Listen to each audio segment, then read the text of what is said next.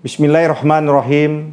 Assalamualaikum warahmatullahi wabarakatuh. Pemirsa yang budiman, bertemu lagi di Ahmad Yani Channel. Kali ini kita akan membahas RUU Pemilu yang lagi dibahas, yang lagi hangat dibicarakan, baik di Dewan Perwakilan Rakyat maupun di luar Dewan Perwakilan Rakyat.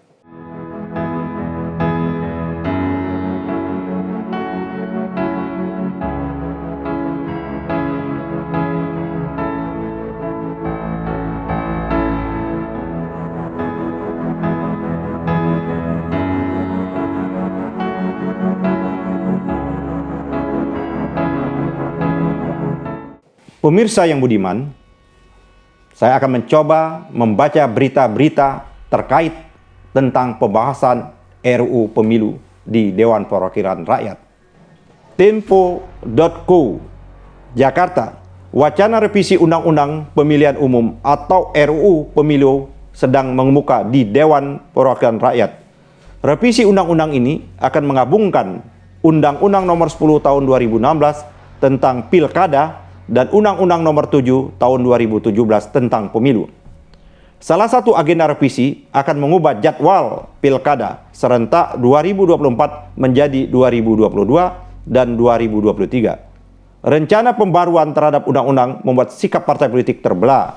Berikut ini sejumlah fakta terkait revisi Undang-Undang Pemilu. 1. Normalisasi siklus Pilkada. RUU Pemilu akan mengubah pergelaran pilkada serentak yang pada Undang-Undang Pilkada Nomor 10 Tahun 2016 akan dilakukan pada 2024. Pilkada dengan adanya RUU Pemilu bakal dikembalikan ke siklus 5 tahunan sehingga pelaksanaannya itu maju pada tahun 2022 dan 2023. Agar pilkada dapat digelar pada tahun 2022, RUU Pemilu pun ditargetkan selesai paling cepat pada pertengahan 2021. Komisi 2 Dewan Perwakilan Rakyat Republik Indonesia dalam rapat paripurna November lalu sudah meminta RUU dibahas dalam masa persidangan 2020-2021. 2. Pilkada 2024 sulitkan capres potensial. Direktur Eksekutif Parameter Politik Indonesia Adi Prayitno mengatakan waktu penyelenggaraan pemilihan kepala daerah berikutnya yang diatur dalam Undang-Undang Pilkada Nomor 10 Tahun 2016 akan berpengaruh pada bursa calon presiden atau capres 2024, khususnya menyangkut peluang para kepala daerah yang selama ini digadang-gadang bisa maju pada Pilpres 2024, seperti Gubernur DKI Jakarta Anies Baswedan, Gubernur Jawa Tengah Ganjar Pranowo, dan Gubernur Jawa Barat Ridwan Kamil. 3. Sikap partai pro RUU Pemilu dan normalisasi pilkada. Sejumlah partai menyatakan pro terhadap RUU Pemilu, seperti Nasdem. Misalnya, partai sepakat pembahasan RUU Pemilu dan normalisasi pemilihan kepala daerah pada 2022 dan 2023 dilakukan. Politikus Partai Nasdem, Saad Mustafa, mengatakan adanya sejumlah partai yang menolak normalisasi pilkada dan revisi Undang-Undang Pemilu merupakan hal biasa. Itu hal biasa saja, selalu ada dinamika, tapi ini proses masih panjang, kata Saad. Sedangkan politikus Partai Demokrat, Herzaki Mahendra, menegaskan sikap partainya, mengusulkan pilkada tak digelar di tahun yang sama dengan Pilpres dan Pileg atau pemilihan legislatif pada tahun 2024. Demokrat, kata Herzaki, berharap pemerintah dan partai-partai di parlemen menyepakati opsi terbaik untuk merawat dan mengembangkan demokrasi. Dia pun setuju adanya normalisasi penyelenggaraan pemilihan kepala daerah pada tahun 2022 dan 2023. Dalam rancangan undang-undang atau RUU Pemilu, termasuk di dalamnya Pilkada DKI Jakarta pada tahun 2022, Demokrat mengusulkan agar jadwal pilkada dinormalisasi seperti yang tertera dalam draft RUU Pemilu. Saya hanya mengambil dua pokok persoalan besar yang mendasar yang perlu mendapat kajian kita, yang perlu kita telaah secara mendalam. Yang pertama adalah menyangkut tentang parliamentary threshold atau PT atau ambang batas untuk pemilu legislatif. Yang kedua adalah presidential threshold, ambang batas untuk mencalonkan syarat presiden. Mari kita bahas satu persatu, pemirsa. Yang pertama adalah parliamentary threshold. Menyangkut isu parliamentary threshold ini, saya dari sejak awal, pada waktu saya di DPR, saya menolak dengan tegas isu yang menyebutkan parliamentary threshold. Logika yang dipakai dalam rangka untuk meningkatkan parliamentary threshold yang semula adalah 0%, pada kita ikut pemilu kita adalah awalnya tahun 99 tidak mengenal namanya ambang batas, yang dikenal adalah electoral threshold. Saya ingat betul itu, electoral threshold. Yang kedua, baru tahun 2004 baru ada mencantumkan yang namanya PT atau parliamentary threshold. Parliamentary threshold ini naik terus dari 2%, 2,5%, 3,5%, sekarang mencapai angka ada yang mau 7%, ada yang mau 5%. Dikaitkan alasan menaikkan ambang batas atau PT ini adalah efektivitas pemerintahan. Menurut saya argumentasi ini tidak mendasar dan tidak punya pijakan. Karena harus dipisahkan ranah DPR dengan ranah yang namanya eksekutif, ranah parlemen dengan ranah pemerintahan. Sekarang kita lagi membahas adalah wilayah atau ranah yang namanya parlemen DPR. Sesungguhnya menurut saya adalah sebagaimana tadi dikemukakan oleh Anto, parliamentary threshold itu akan merampok, akan membuang suara-suara rakyat yang telah menentukan pilihannya di kotak suara. Kenapa semakin tinggi parliamentary threshold itu dibuat, maka semakin banyak suara yang hilang. Bahkan kalau dibuat semakin tinggi, tidak menutup kemungkinan, pemirsa, kita akan mendapatkan hanya satu partai politik yang mencapai angka parliamentary threshold tersebut. Apa artinya? Kalau satu partai politik itu disebut partai tunggal. Dalam negara demokrasi, haram hukumnya ada partai tunggal. Hanya negara komunis lah yang menganut partai tunggal tersebut. Pemirsa, saya ingat betul pada waktu saya masih DPR, saya termasuk orang yang menolak yang namanya parliamentary threshold tersebut. Kalau alasannya efektivitas, seharusnya yang dibuat bukan parliamentary threshold, yang dibuat itu praksi threshold. Artinya, suara rakyat, satupun suara rakyat, katanya suara rakyat itu adalah suara Tuhan, maka satupun suara rakyat tidak boleh dibuang. Tidak boleh dia tidak dimasuk hitungan. Tidak boleh dia dibuang di kolam kotak sampah. Karena mereka telah bersusah payah datang menggunakan partisipasi politiknya untuk memilih anggota-anggotanya. Akan tetapi, ternyata pilihannya, walaupun mencapai angka BPP atau mencapai angka satu kursi, akan tetapi karena partai politik tersebut tidak memenuhi parliamentary threshold, maka partai tersebut gagal masuk parlemen. Dan ini menjadi kontradiktif sesungguhnya. Kita menerapkan aturan yang tidak sama. Padahal negara kita adalah negara kesatuan Republik Indonesia. Seharusnya aturannya sama. Baik itu berlaku di DPR maupun berlaku di DPRD. Sayangnya parliamentary threshold ini di beberapa kali pemilu setelah kita mengalami era reformasi hanya diberlakukan untuk di DPR RI. Di DPRD tidak berlaku. Oleh karenanya saya memberikan appeal, memberikan saran kepada kawan-kawan DPR. Yang seharusnya yang diatur bukan parliamentary threshold. Kalau kita ingin mengefektivitaskan, meningkatkan fungsi dan peran-peran Dewan Perwakilan Rakyat, yaitu adalah praksi threshold. Sebagaimana di DPRD.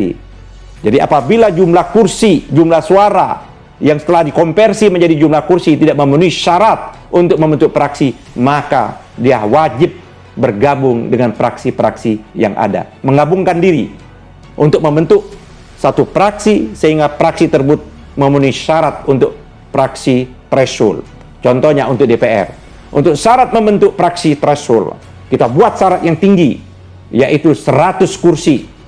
Tadi suara yang telah dikonversi menjadi kursi, angka 100 kursi itu syarat untuk membentuk praksi di DPR. Artinya apabila partai politik hanya mendapatkan kursi 20, 25, maka wajib dia ada bergabung ke dalam satu praksi. Dan ini pernah terjadi. yaitu pada pemilu tahun 1999. Partai politik perolehan kursinya tidak memenuhi syarat untuk membentuk fraksi tersendiri, maka partai-partai tersebut bergabung bersama-sama membentuk fraksi gabungan atau fraksi bersama. Akan tetapi pada pemilu 2004, fraksi threshold dan electoral threshold dihilangkan dan diganti dengan parliamentary threshold atau PT. Pada pemilu 2004 angka PT 2%, pemilu 2009 angka PT 2,5%, pada pemilu 2014 angka PT 3,5%, pada pemilu kita yang terakhir yaitu pemilu tahun 2019 yang lalu angka PT 4%. Sesungguhnya semakin tinggi angka PT membawa konsekuensi logis, semakin besar suara rakyat yang hangus atau hilang. Bisa jutaan bahkan puluhan juta suara rakyat hilang. Artinya PT menjadi predator suara rakyat. Artinya PT menjadi mesin pemenuh suara rakyat. Pemirsa, selain itu, PT menutup peluang dan kesempatan partai untuk tumbuh dan berkembang dari partai kecil menjadi partai yang besar. Awalnya dia partai kecil, akan tetapi partai tersebut terus-menerus secara konsisten, istiqomah menjadi penyambung lidah rakyat, memperjuangkan kepentingan rakyat. Maka pada pemilu berikutnya, partai tersebut mampu merebut hati rakyat pemilih. Sebagai contoh, Partai Demokrat ikut pemilu pertama kali tahun 2004. Partai Demokrat hanya mampu mendulang suara 7-8%. Pada pemilu 2009, Partai Demokrat merebut suara di atas 20%. Contoh yang kedua, Partai Gerindra. Pertama kali ikut pemilu pada tahun 2009, Partai Gerindra hanya mampu merebut 26 kursi, nomor urut 8 dari 9 partai yang ada di parlemen. Pada pemilu 2014, Partai Gerindra mampu merebut 73 kursi. Penaikan yang cukup signifikan. Pada 2019, Gerindra naik lagi kursinya menjadi 78 kursi. Artinya, ada peluang dan kesempatan dari partai kecil menjadi partai besar. Dan ini tidak akan pernah terjadi kalau diperlakukan yang namanya sistem parliamentary threshold dengan angka yang cukup tinggi. Pada hakikatnya, yang dibutuhkan rakyat adalah partai yang tidak sekedar lolos parliamentary threshold, akan tetapi lebih jauh dari itu, yaitu partai politik yang mampu mencerdaskan rakyat, partai politik yang mampu melindungi segenap bangsa dan tumpah darah, partai politik yang mampu menghadirkan kesejahteraan dan kemakmuran rakyat, partai politik yang tidak terlibat merampok uang rakyat atau korupsi. Untuk itu dibutuhkan partai politik yang berdaulat, partai politik yang tidak dikendalikan oleh oligarki politik atau oligarki ekonomi. Untuk itu saya menghimbau sahabat saya, rekan-rekan saya yang ada di parlemen, yang ada di DPR untuk berpikir panjang. Mari lahirkan, mari hadirkan undang-undang pemilu yang tidak hanya untuk kepentingan sesaat, yang tidak hanya untuk kepentingan sementara, yang tidak hanya kepentingan untuk kepentingan golongan, akan tetapi melahirkan undang-undang pemilu yang bisa dipakai sepanjang zaman. Undang-undang pemilu yang tidak dirubah-rubah lagi setiap kali ada pemilu. Yang kedua adalah presidential threshold. Ini lagi-lagi menurut saya bertentangan dengan konstitusi. Ini lagi-lagi kita melanggar konstitusi, walaupun ada putusan Mahkamah Konstitusi. Karena sesungguhnya konstitusi kita di pasal 6, ya, di pasal 6 sesungguhnya syarat untuk menjadi presiden itu adalah jelas dikatakan dengan tegas dan eksplisit, yaitu syarat untuk diusung atau dicalonkan untuk menjadi presiden dan wakil presiden melalui partai politik atau gabungan partai politik. Titik. Tidak ada disebutkan presidential threshold. Jadi, partai politik mana? Pertanyaan yang boleh mencalonkan. Artinya, partai politik peserta pemilu. Saya pada waktu di Balik pada tahun 2014 mengusulkan zero presidential threshold. Tapi sayang, pemirsa, hanya beberapa fraksi kami kalah. Karena di DPR, akhirnya hitungannya berdasarkan pemungutan suara. Karena kami kalah, dibawa ke paripurna juga kalah, akhirnya berlakulah presidential threshold. Pada waktu yang bersamaan, kawan-kawan penggiat demokrasi, kawan-kawan pemerhati demokrasi menggugat undang-undang presidensial threshold ini dengan meminta yang namanya pemilu serentak. Maka Mahkamah Konstitusi pada waktu sayangnya memutuskan dengan panjang, waktu yang panjang, yang akhirnya memang mereka pemilu itu, maka pemilu dilakukan tidak lagi bertahap. Yang sebelumnya pemilu itu dilakukan bertahap, yaitu pemilu legislatif, setelah itu pemilu presiden. Tapi setelah putusan MK itu, pemilu dilakukan serentak. Ini menurut saya juga, ini kajian, tapi itu menurut saya membaca pasal itu, pasal tentang pemilu itu menurut saya kurang pas. Menurut saya pemilu serentak itu waktu pelaksanaannya, bukan waktu itu digabungkan, bukan pelaksanaannya digabungkan. Waktu bersamaan itu ya adalah pemilu legislatif dilakukan bersamaan, yaitu pemilu DPR RI, pemilu DPRD, kota, kabupaten, provinsi, dan DPD dilakukan pada waktu yang bersamaan. Karena jenisnya sama, rananya sama, kumpulannya sama, yaitu parlemen. Yang kedua adalah menyangkut masalah eksekutif. Tadi adalah legislatif. Yang kedua adalah menyangkut legislatif. Eksekutif. Eksekutif itu ada di pusat, yaitu presiden, ada di provinsi, yaitu gubernur, ada di kota dan kabupaten. Seharusnya yang digabung itu, menurut pandangan saya, yaitu jenisnya. Jadi dilakukan bersamaan pemilu presiden, pemilu gubernur, pemilu kota, wali kota, dan pemilu bupati. Itu yang disambungkan, digabungkan waktu pelaksanaan. Karena ini memang jenisnya, ya kan sama. Karena ini rananya adalah ranah eksekutif. Tadi rananya ada ranah legislatif. Tapi sayang, lagi-lagi saya kira kita menyaksikan hasil putusan Mahkamah Konstitusi mensyaratkan bahwa pemilu serentak. Pemilu serentak yang dimaksud oleh Mahkamah Konstitusi tersebut adalah serentak antara pemilu legislatif dengan pemilu presiden. Tapi, pemirsa, di sini timbul persoalan kita. Pertama adalah timbul persoalan dengan pemilu serentak. Partai politik mana yang berhak mencalonkan? Karena setiap pemilu ada penambahan kontestan partai politik. Ada yang pertama, ada yang tidak lagi ikut pemilu. Yang kedua, rakyat yang memilih, ada tambahan, yaitu tambahan yang periode sebelumnya belum memilih, yang sekarang memilih. Nah, menurut saya ini menjadi persoalan keputusan Mahkamah Konstitusi tersebut. Di samping itu dalam aspek sosial kemasyarakatan, pemirsa, sama-sama kita mengetahui sejak pemilu serentak ini mulai 2014 dan 2019 membuat masyarakat kita terbelah. Masyarakat kita terbelah. Karena potensi orang untuk mencalonkan presiden sangat terbatas. Kita sama-sama mengetahui pemilu 2014 atau pemilu presiden 2014 hanya 2 pasang calon. Pemilu 2019 nyaris 1 pasang calon. Pemilu 2014 yaitu pasangan Prabowo Hatta, Jokowi Yusuf Kala. Pemilu 2019 Prabowo Sandi, Jokowi Kiai Ma'ruf Amin. Kita tidak memberikan ruang, padahal banyak sekali potensi anak bangsa kita yang layak, yang pantas untuk menjadi presiden atau paling tidak calon presiden. Itu yang kedua. Yang berikutnya adalah yang tidak masuk akal kita, syarat yang digunakan dalam pilpres itu syarat yang sudah tidak valid lagi. Karena syarat itu dikaitkan dengan pemilu sebelumnya. Oleh karena itu kalau kita lihat pemilu 2019 ada partai yang sebagai peserta pemilu tapi dia tidak punya hak yang sama dengan partai politik yang lain yang sama-sama peserta pemilu. Saya memberikan contoh, ada 3 partai kalau tidak salah. Satu adalah Partai Garuda, karena dia partai baru. Kedua adalah Perindo. Yang ketiga PSI. Ini adalah partai politik bersama-sama dengan partai politik yang lainnya, yaitu mulai dari PDIP, Golkar, P3, PKB, PAN, PKS, Hanura.